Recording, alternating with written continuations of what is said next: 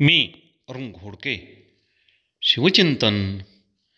राजाराम महाराजांच्या कालखंडामध्ये स्वराज्यामध्ये अनेक मराठी मुलकातील सरदार पुन्हा सामील होऊ लागले. त्यापैकी शिवाजी कवडे यास संताजी घोरपडे यांच्या सांगण्यावरून राजाराम महाराजांनी खटाव तालुक्यातील मौजे दरुज येथील जमीन इनाम दिली. राजाराम महाराजांनी अंताजी नामदेव, त्याचे पुत्र नामदेव आपदेव व अंताजी नामदेव यास हे जिंजी येथे महाराजांना भेटले आणि महाराजांना विनंती केली, आम्ही पुन्हा स्वराज्य सेवा करीत आहोत, तेव्हा आम्हास इनाम गाव मिळावे. महाराजांनी कृपाळ होऊन एक गाव किरकटवाडी इनाम दिला. त्याचप्रमाणे गणेश निळकंठ यास मौजे गराडे येथील इनाम दिले.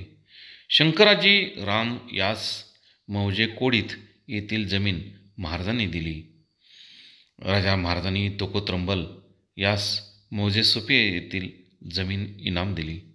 नरसिंह भट यास पांडेश्वर येथील इनाम जमीन पूर्वत सुरू केली.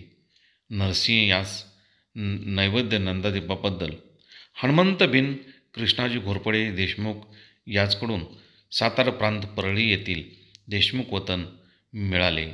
अशा प्रकारे राजाराम महाराजांनी इनामांची खैरात केल्याचे मजकूर ऐतिहासिक कागदपत्रामध्ये सापडतात. त्यामुळे स्वराज्यात पुन्हा मराठी मुलकातील सरदार सामील होऊ लागले. बहुत काय बोलणे. राम कृष्ण हरी.